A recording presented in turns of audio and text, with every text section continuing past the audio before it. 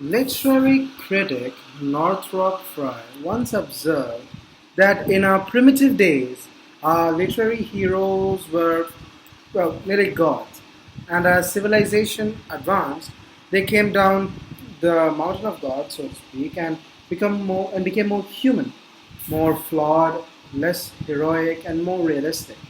From the divine heroes like Hercules down the mountain below the miraculous but mortal heroes like Beowulf, the great leaders such as King Arthur, and the great but flawed heroes like Macbeth or Othello. Below, even the unlikely but eventual heroes such as Harry Potter, Luke Skywalker, or Hiccup, and when we reach the bottom and meet somebody called the anti hero. Contrary to the sound, the anti-hero is not the villain. Neither is he's not the antagonist.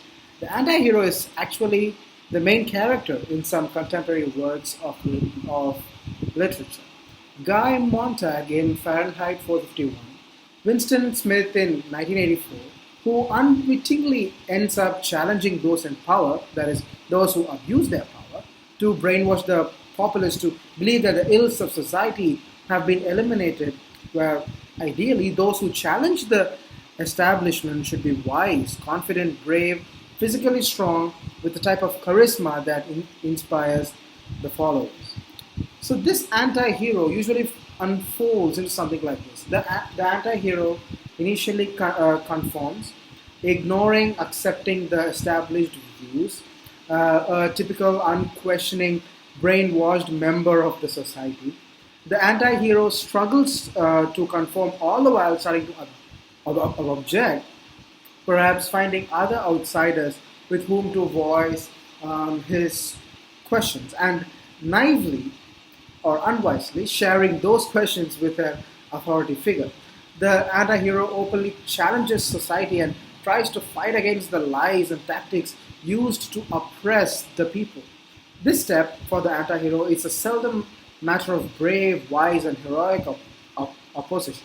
Maybe the anti-hero fights and succeeds in destroying the oppressive government with a lot of luck. Perhaps he or she runs away, or maybe escapes to fight another day. All too often, though, the anti-hero is actually killed or brainwashed to return to conformity with the masses. No heroic triumph here, so no brave individual standing up against impersonal institutions of a modern world, inspiring others to fight, or resourcefully outwitting and outgunning the massive army of the evil empire. Our storytelling ancestors calmed our fears of powerlessness by giving us Hercules and other strong heroes who were mighty enough to fight off the demons and monsters that we suspected haunted the night beyond our campfires. But eventually, we realized that monsters don't lie out there, they reside inside of us. Beowulf's greatest enemy was mortality.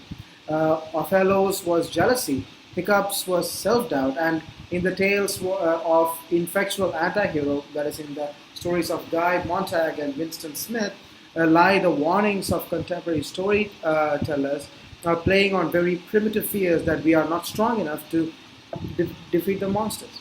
Only this time, not the monsters chased away by the campfire, but the very monsters who built the campfires in the first place.